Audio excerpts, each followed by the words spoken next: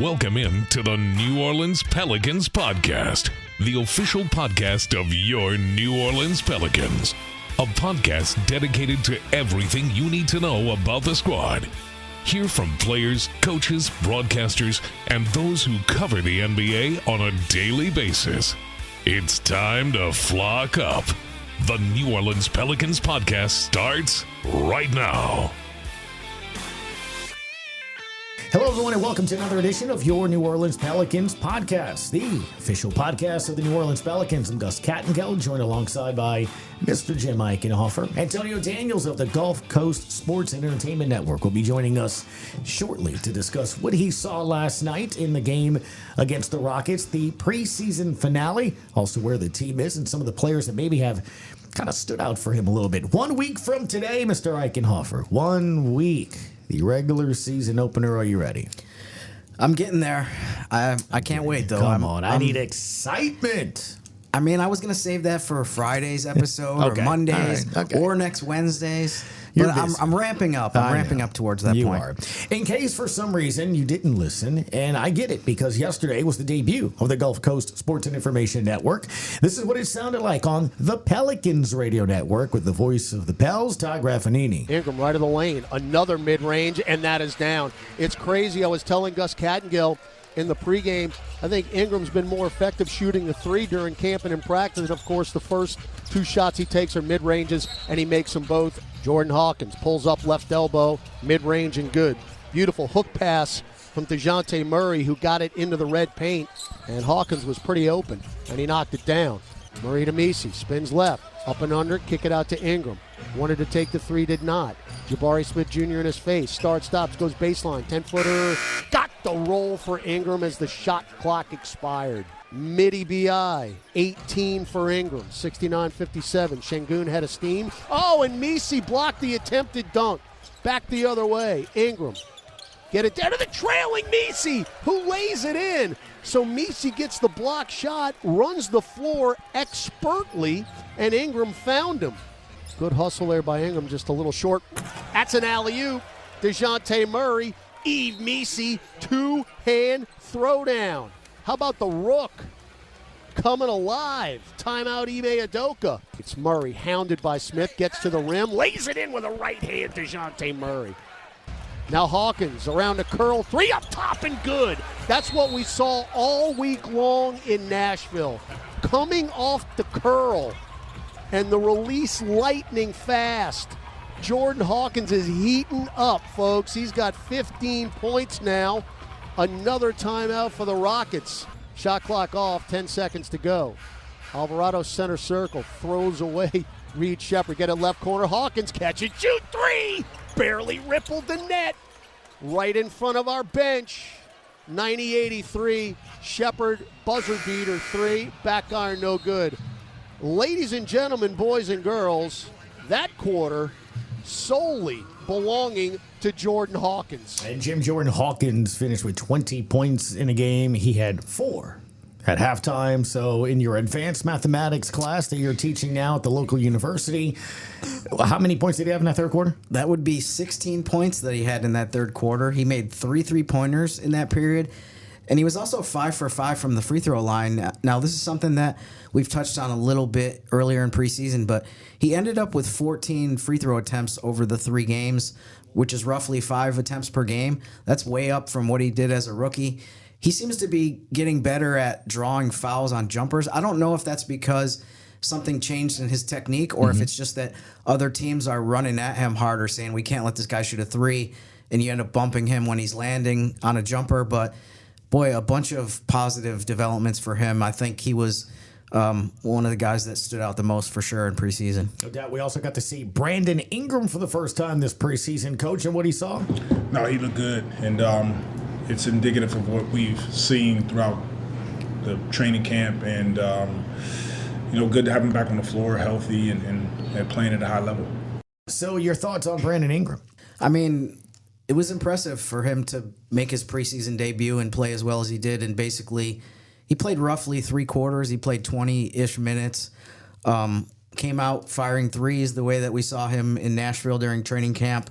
Had a couple 3-point makes in 3 attempts in the first half. Also made a couple mid-range shots, got to the free throw line as well. So I mean, not bad. I mean, I think he did pretty much all you could ask for in his first preseason and last preseason game. Yeah, no doubt. Another player that stood out, and it's interesting because you look at the box score, and it's very easy to go 5 personal fouls on the rookie. Oh, no. I didn't watch the game, Jim, but 5 personal fouls.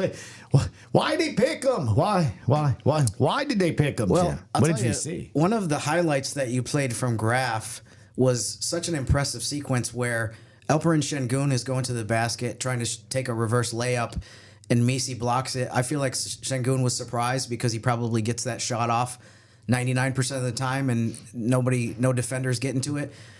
Messi not only blocks the shot, but he's even with Şengün as they go back the other way, and he just runs right past him.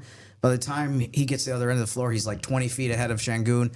There's nobody there to contest or even contend with Messi as they throw an alley-oop to him. So, and he lays it in off the glass. I mean, that was just one of those plays that makes you say, and I saw, I think Christian Clark tweeted about that play specifically. It was one of those eye-openers that say, like, okay, I see what we got here with this guy. This guy's got a lot of natural ability, and it seems like one of the things that Willie Green talked about, too, with him is that he's picking up stuff quickly.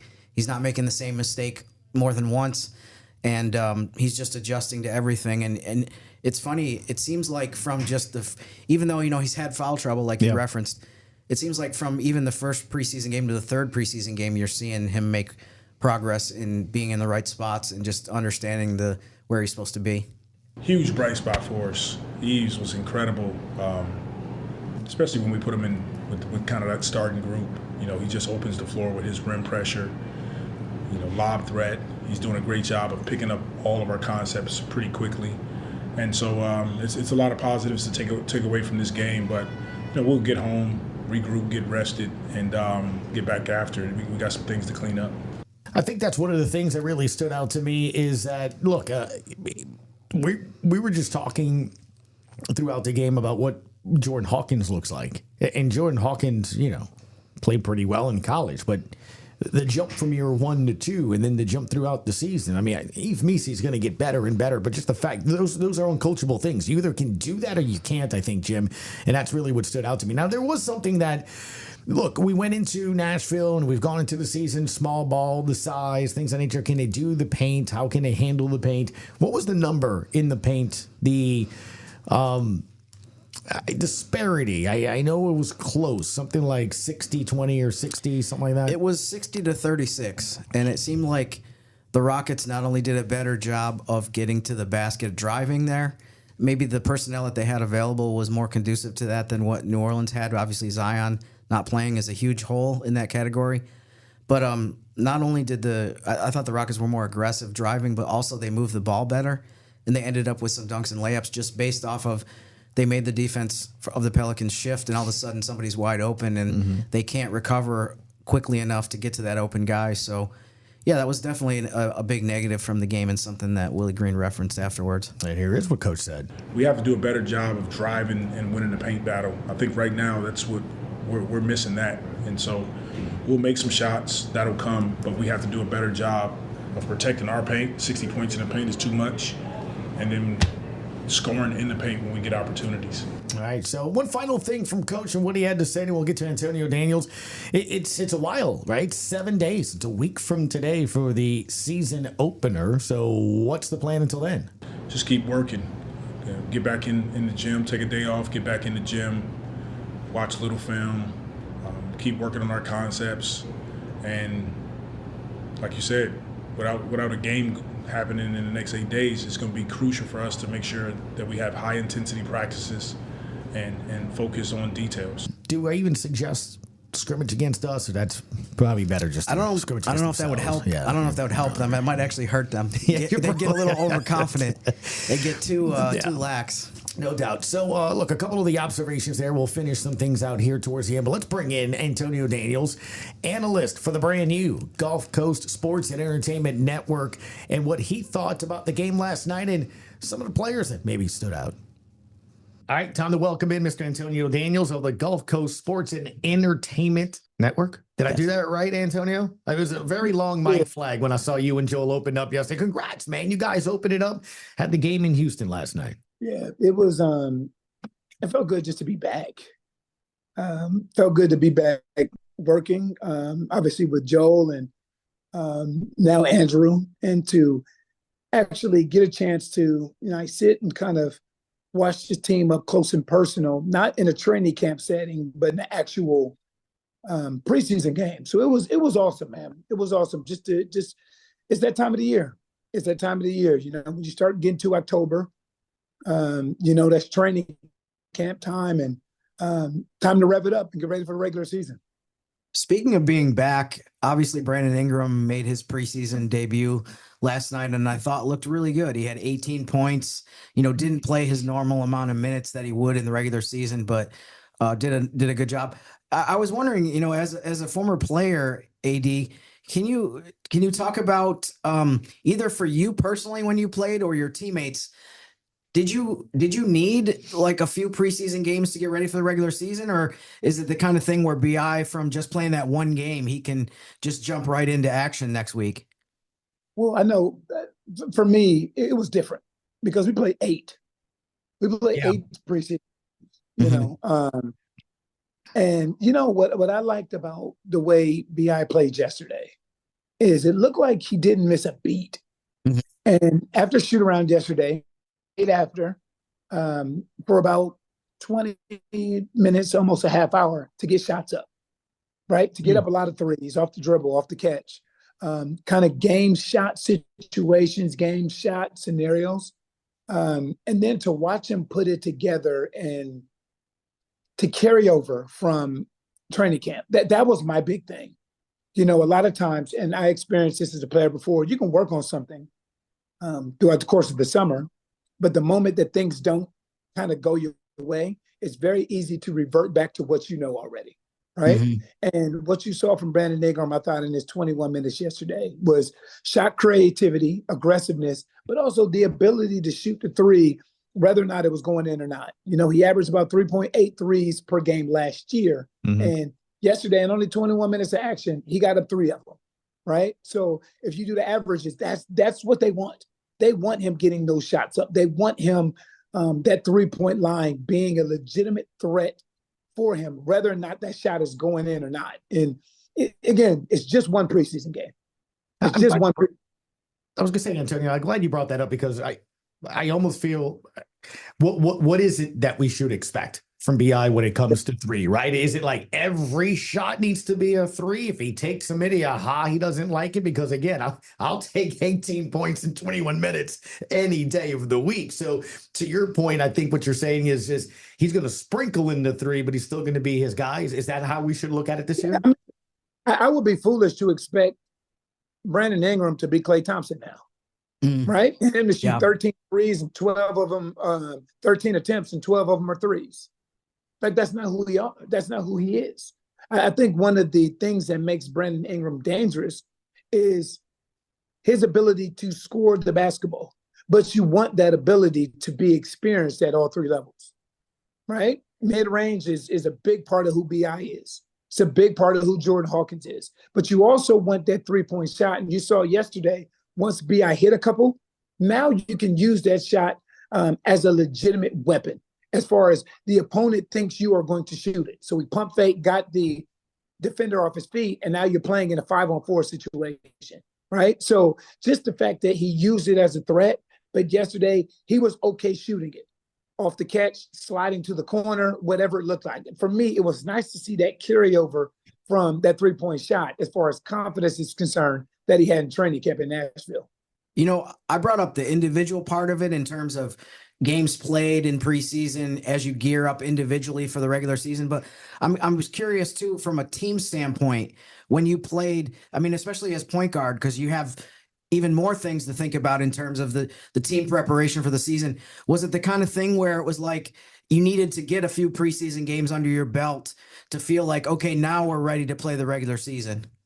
Yeah, you would like to, especially if it's a new situation.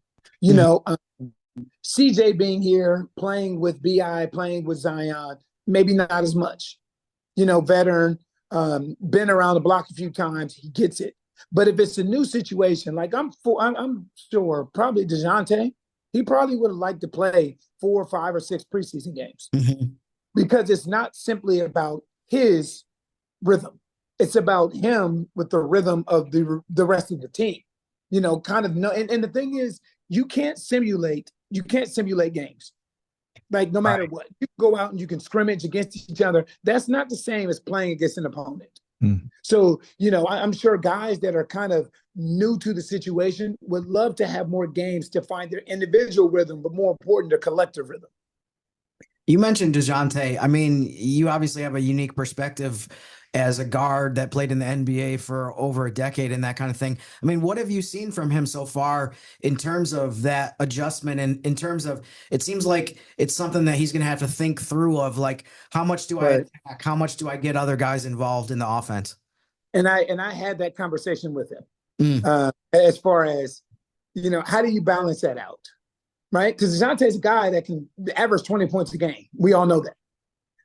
But his thing right now, his mind, and these are his words, this team is a point guard's dream. He is more geared on facilitating, getting guys involved, because you have numerous guys that can score the basketball. So basically what he's saying is it's okay for me to take a back seat scoring wise, right? Because you got Zion, you got BI, you got CJ, you have Trey Murphy. You have guys that can legitimately score the basketball. So you can't have everybody out there trying to score the basketball. There's someone that has to kind of balance things out. And the thing that we saw with DeJounte in Atlanta, when Trey Young wasn't available, he did a great job in balancing out when to score, when to be aggressive, when to facilitate, when to get this guy involved, when to get that guy involved. The tough part, though, is he's only had 3 games to do it. He's only had 3 games, right? With that Orlando game being canceled, you only have 4 preseason games now that the Pelicans were scheduled to play. Again, I'll go back to what I said a minute ago. I'm sure he kind of wishes he had more kind of game situation time to find that rhythm as far as balance is concerned. I think the one thing that really stood out to the point you're saying, though, listen to the 2 things we've touched on, right? If I'm a Pels fan, BI's lone game, 18 points in 20 some odd minutes. I'm listening to Todd last night, AD on the radio broadcast, and he's like, DeJounte Murray at the free throw line on triple-double watch. Right. Point in only 3 games, first time playing with BI. Right. I have to feel, man, that this has the makings of something pretty exciting. He'll figure it out. He knows how to do it. And the fact he's already on a triple-double watch, the fact that a guy hadn't played in the preseason drops 18, the fact that in the first 2 games, Zion looked amazing. I mean, I just say that's the kind of Hawkins, it's the kind of stuff that makes me happy. I'll say this, though, Gus. I think a part of the culture that we live in is that's the easy thing to talk about. It's easy to talk about DeJounte Murray being on triple-double watch, because we're going to see that quite often. I told Joe last night off the air, DeJounte Murray is going to have numerous triple-doubles this year, right? It's easy to talk about how comfortable BI looked last night after not playing in the first 2 preseason games. Zion, how dominant that he looked in his time. Missy, how good he looked last night at that center position, just running the floor and putting rim pressure on the Houston Rockets. But I think what our human minds tell us is, let's look at the other side. Well, I don't want to constantly look at the positive. Let me look at what I need to be concerned about. So that's where you see a lot of the conversation stemming from fans in last night's game. And DeJounte did look great, but BI did look good, but Eve Missy did look good, but so it is. I think the conversation, because I'm a glass half full guy. I'm a glass half full guy, and I think it's again, like we talk about DeJounte Murray having the balance, which is cool. And I think as analysts and as fans, we need to have the balance too. It's okay to talk about what's good, but in the back of your mind, you're also stemming and constantly thinking about possible concerns moving forward for this team as well. AD, with that said, one of the things that Willie Green talked about after the game last night was that he thought that they needed to drive the ball a little bit more. And, they obviously did not win the paint battle at all in terms of scoring. For sure, Zion not playing takes away not only their best guy at getting to the basket, but one of the best in the entire league. And obviously you don't have Trey Murphy either, and you're trying to get to 43-point attempts a game without a guy that's a big weapon in that category. But I mean, how much should we be paying attention to media, fans at the beginning of the regular season in terms of the mix of the offense, in terms of, trying to get to the basket, trying to shoot as many threes as you can? It seems like there's times where pace-wise they could have been a little faster. And I don't even mean necessarily fast breaking, but just like getting into the offense quicker and just being more methodical or maybe aggressive. I mean, how much are you going to be looking at that at the beginning of the regular season here? For me, there are certain nights. There is, no matter what we're talking about, because this is an adjustment for everyone, right? Playing this style of basketball is an adjustment because Jonas isn't there. Larry's not there. Steven Adams, who was here, is not there. Cody Zeller is not there. This is a completely different style of basketball. You know what happens when you're changing your identity, so to speak, is there's an adjustment for everyone. There's an adjustment period for everyone, not just players, for coaches, for players to understand how to pick and choose when to be aggressive. And there are certain nights that it's going to look good, Jim, Gus. There are certain nights it's going to look good because as opposed to a team being at one point 4 or 20 from three, there'll be 14 or 20 from three, on a given night. For me, I just want to see that offense go. And that doesn't, for me, has nothing to do with made or missed shots because it's about the quality of the shot that you're getting. We talked about on the broadcast last night, Joel, Andrew, and I, about just even when it's going in, you would still love to see the ball move more, right? Because you have a very quick team. You have a lot of firepower. You have a lot of potential. You have a lot of skill, but you want to see that ball continue to move. And that's what I'm more paying attention to moving forward. It's a lot easier to play faster when you get stops. It's hard to play fast when you're constantly taking that ball out the rim. But there are a few things when you are playing smaller that has to happen. First and foremost, communication is imperative.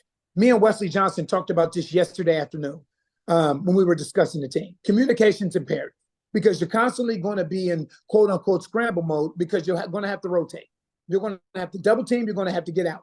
And rebounding is not a one-person gig.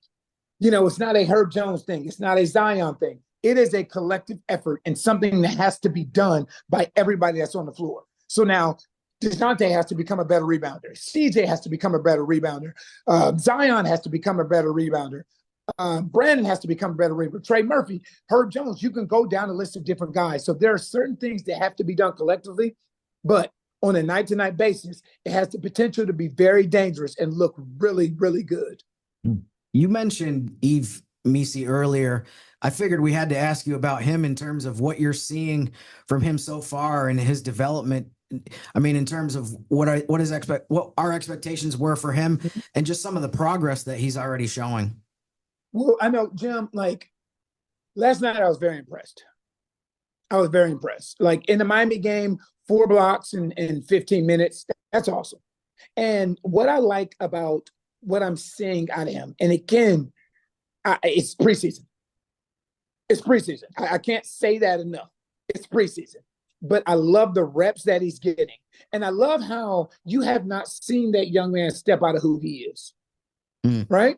He ain't stepping out and shooting threes. He's not catching the ball and shooting step backs. He's putting himself around the rim. And from a guard perspective, the thing that I really enjoy is he understands timing, time cuts, time dives, when to put myself in the dunker spot and make myself available. But also just the rim pressure that he puts as a lob threat. As a guard, I appreciate it because now they're so concerned with the lob that they're no longer stopping the ball out of pick and roll situations. So the guard is able to turn the corner and get in the lane. Just having a lob threat offensively and a rim protector defensively. When you look at today's NBA, you look at a lot of teams that are very successful with having that. One of the reasons that Dallas went to the finals last year is because they had Derek Lively. It's because they had Daniel Gafford.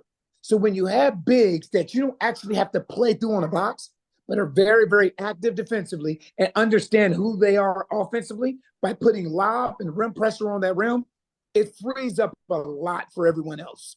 No doubt. AD can coach Jim and I as much as you want. We're either not tall and not fast and athletic, man. You either have that or you Speak for yourself. And he absolutely has that, man. That was awesome to see. Look, I got to ask you one final thing on the players here, and then we'll just kind of close up on where the team is heading into a little bit of a lull here, about a week until the season starts. But if I think of the 3 games I've seen, if I think of Nashville, and I think all the way up until today on Wednesday, Jordan Hawkins, man, huh? I mean, if I'm a Bills fan right now. Now, you want to talk about? Now, finish the sentence. Yes, you want to talk about some things to be excited about. Jordan Hawkins is something to be excited about.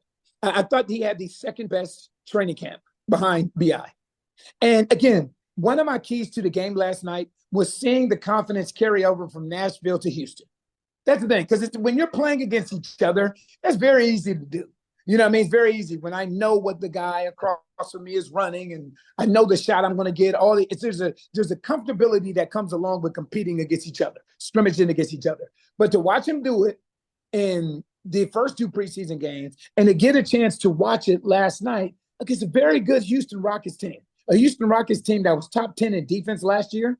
And the fact that he can get his shot off on anyone at any time, and he's one of those guys for me that every time he shoots the ball, you think it's going in.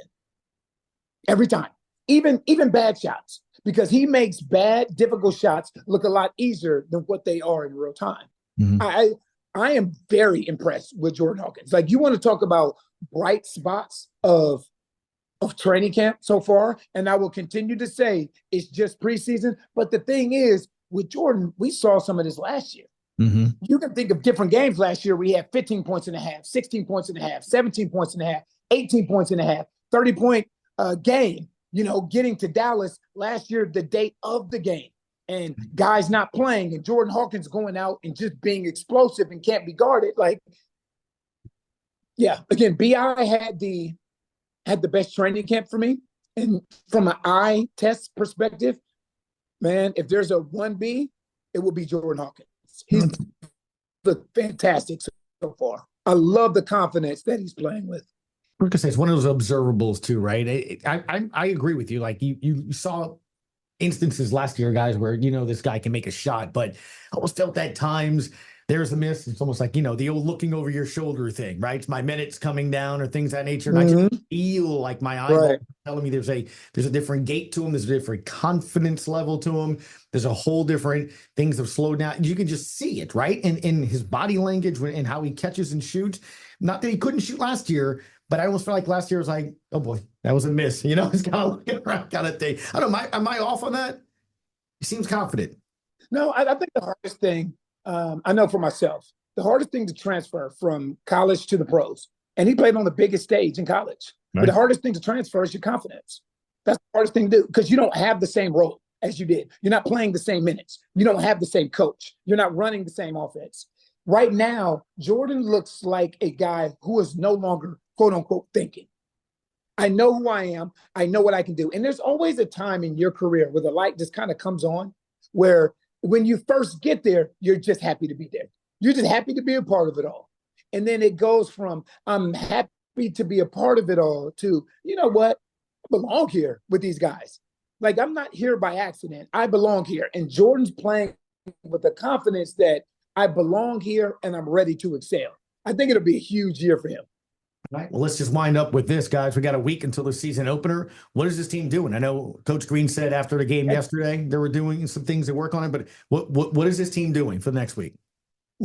I tell you, again, hindsight's 20/20, and I wish this team had one more game. 8 days is a long time off. That's a long time off to compete against someone else until your home opener. But now you have 3 games of film, and now you have an opportunity to kind of work on the small things. You can work on the little things. This team has the versatility to play different ways. You know, the ways that Eves is playing, the way that Daniel Tice is playing, the way you put Zion at the 5. So it gives you an opportunity now to work on kind of different versatile lineups that you can throw out there and scrimmage against. But I think the biggest thing is the rhythm that you had up to this time, Gus, the rhythm that you've had, Jim, the rhythm that you developed up until this time, you don't want to lose in these next 8 days. So you can be the best version of yourself at your home opener versus Chicago Bulls. All right, so what I just heard is we want to do a scrimmage, us three, Graf, and maybe Corey Brewer. Could we give him a little scrimmage? What do you think? Hey, just give the ball to Brew and get out the way.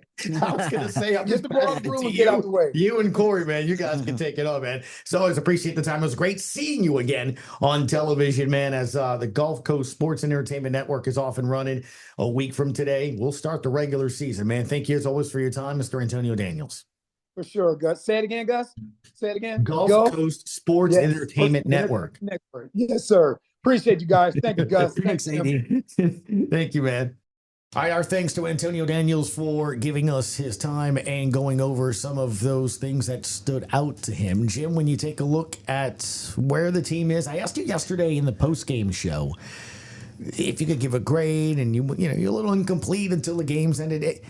But you're kind of on the same wavelength with AD. Both of y'all wish there was another game for this team. And honestly, I don't think I've ever said that about preseason basketball, that I wish there was more preseason basketball. But yeah, I agree with him.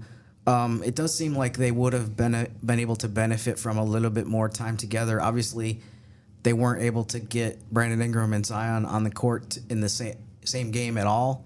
And DeJounte, as AD referenced, I mean, him being on the court with all of these guys, I think is beneficial to him to get more familiar with where people need the ball and trying to figure out his own space as far as how much do I shoot, how much do I pass, how much do I try to get guys involved, and where do they like the ball on the floor. But I think the end result of preseason, I mean, they go 1-2. I thought the first preseason game was very encouraging and had a lot of positives, but honestly, the last two was a step back if you want to look at bottom line results. One thing that AD said, though, that I thought was a good point as well was he talked about how if the three-point shot is going down at a better rate, everything looks better.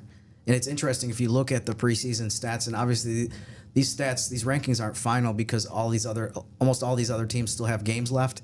But if you look at the three-point percentages in preseason right now, Pelicans are 29th and there's actually 31 teams that have played preseason ball.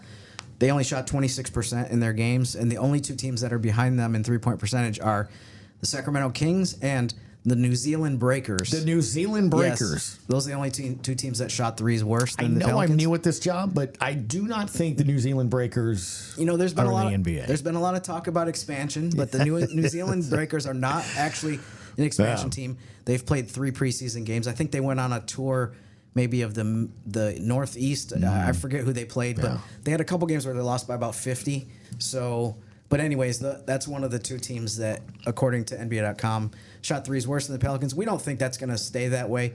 It hurts to not have Trey Murphy in the lineup, obviously. But nonetheless, with the players that the Pelicans have, I think we'll see that three-point rate come up. There's just nowhere to go but up from what they did in these 3 preseason games. So no panic. Right. No. Wait, let's wait to panic until maybe 3 regular season games. Do we want to do this? Do we want to do kind of like the preseason? Like most of the national shows, they do preseason awards. Right? Do we do that? Mm-hmm. So we'll pick, who do you think will be the MVP for the Pels? Maybe on Wednesday's podcast going into it. Yeah, we can do stuff like that. Sure. Who'll be the leading rebounder? But I definitely think we need to. Maybe we'll have Graf because we're going to do a radio roundtable next week. We'll have him pick the panic date. Okay. Do we go panic month? Do we go panic week? Do we go panic date? Or we're gonna pick a date, a random date, a month, a day. Could be where we panic. It's funny. It just reminded me. I always think of this when people talk about preseason stats, and I guess I'm guilty of this myself. That I just listed some preseason stats, but a bunch of years ago, Ryan Anderson had 2 bad preseason games in a row where he shot, say, 4 for 25 in the 2 games. And people asked him a couple questions at practice about, the way that you shot in preseason and your percentage. And he looked at everybody and he's like, guys, like a week from now, no one's going to care what I shot in preseason. Right. No, not one person is going to bring. No. And guess what? He was 100% correct on that. No one ever brought it up again, and it's never been thought of ever again, except Until for today. me. Yes. When I bring up that story every so often. Which means Friday's podcast guest will be Ryan Anderson on how poorly he shot. No, it's not. It's not.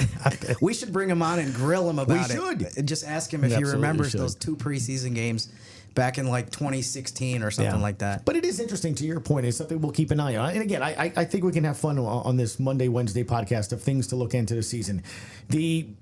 What Willie Green said, do we drive? Do we shoot threes? How much of it? You're trying to shoot 43s, but does it hurt you as well? Something that Antonio Daniels said, and I'm going to ask the guys at the Radio Roundtable and you next week here as well. When you're small balling and you heard AD say you're rotating, so you're going to be on scramble mode, some of those plays that they gave up threes on yesterday in Houston was that, where they were doubling in the box, they were doubling in the post and then giving up the 3. If we're going to shoot 43s and I'm being told 3's more than 2, do I just go ahead and give up the 2 and never double?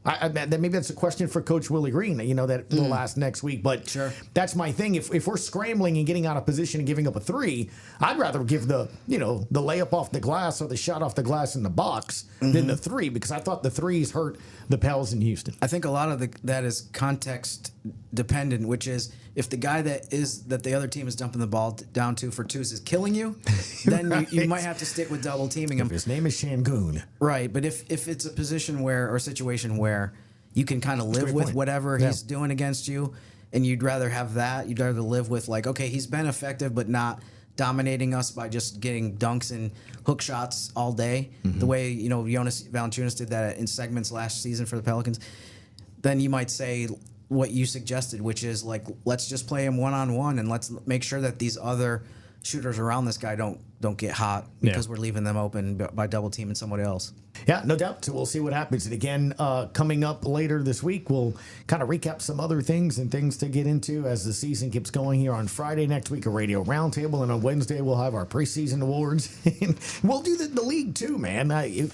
Is there going to be a changing of the guard when it comes to MVP? Maybe Who's the coach of the year? Who's the team that you're dangerous? Maybe that could be our first Western Conference Wednesday as well. The day of the Chicago game. Wednesday. Can you believe the regular season's a week away? I'm excited, man. Yeah, I'm ready to go. Preseason is not one thing, but like let's raise the stakes here, Gus. I'm ready. Which is why, honestly, and I'm going to say this now, on the 16th of October, I don't think I'm going to say there's a panic date. I think this is a good basketball team. I think they have some depth. I think they're going to be competitive most nights.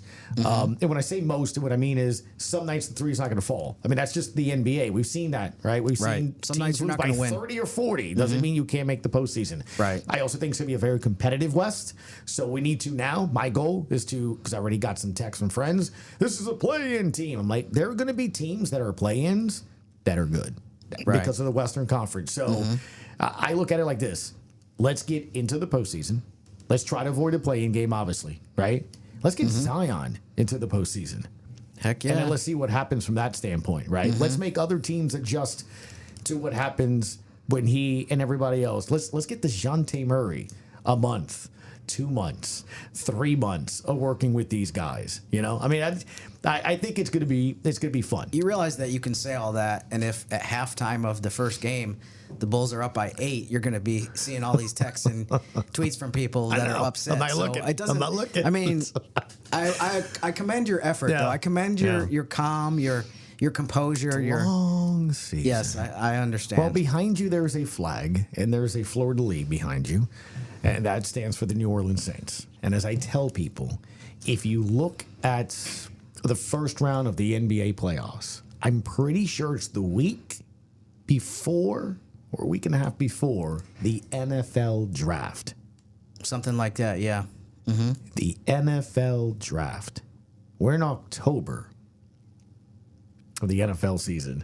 I mean, Right. We got a long way to go. Is that the what you're Saints trying to haven't say? had their bye yet. Yeah. It's like college football is still going on. There hasn't even been the first ever 12-team college football playoff. There hasn't been a national champion crowned. We have not played the Super Bowl. We have. There's so much. The new baseball season, Jim, will be underway. The graph is still hopeful that his Dodgers will win the World Series. That's right. This year, like when you start thinking about it like that, it's a bit. My son will have 3 weeks left in second grade. He just started. So I mean, it's a long season. That's why I think I'm learning to look at it that way.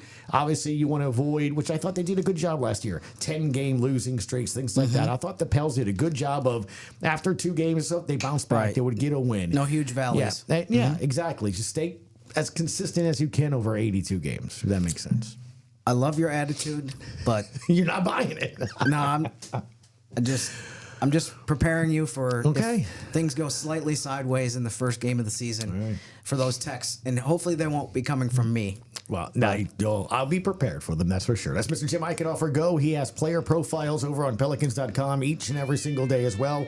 Plus, of course, right here on the Pelicans Podcast, which will be Monday, Wednesdays, and Fridays, starting now until the end of the season. And hopefully, Jim, into the postseason. See what I did there? Hopefully into June. Hopefully into June. That is true. That is true. Thank you, Jim. Appreciate the time. Thank you, Gus. I will see you on Friday. Next episode of the New Orleans Pelicans Podcast. Thanks for listening to the New Orleans Pelicans Podcast. Join us 3 times per week on Pelicans.com, the Pelicans mobile app, the iHeartRadio app, or where you get your podcasts. And be sure to give Jim and Gus a follow on X at Jim_Eichenhofer and GCat_17. We'll see you next time, right here on the New Orleans Pelicans Podcast.